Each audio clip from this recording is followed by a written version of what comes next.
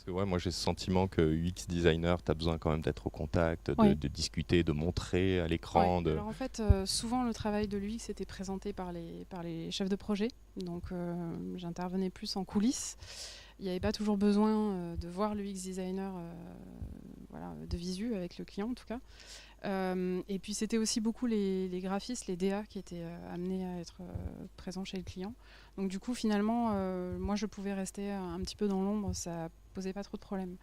Et après, vis-à-vis de l'interne, l'essentiel c'était de créer des livrables ou du moins de présenter des choses qui sont facilement exploitables par des gens qui sont pas quotidiennement avec toi ou qui peuvent pas t'appeler tout le temps.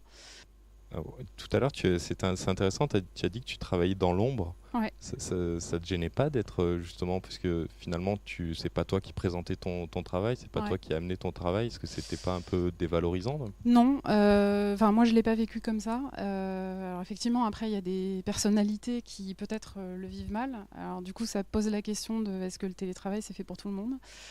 Je suis pas sûre, mais moi ça m'a pas gênée.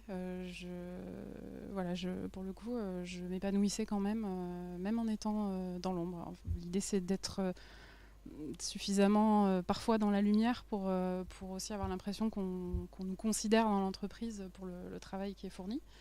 Mais sinon, non, ça m'a pas gêné.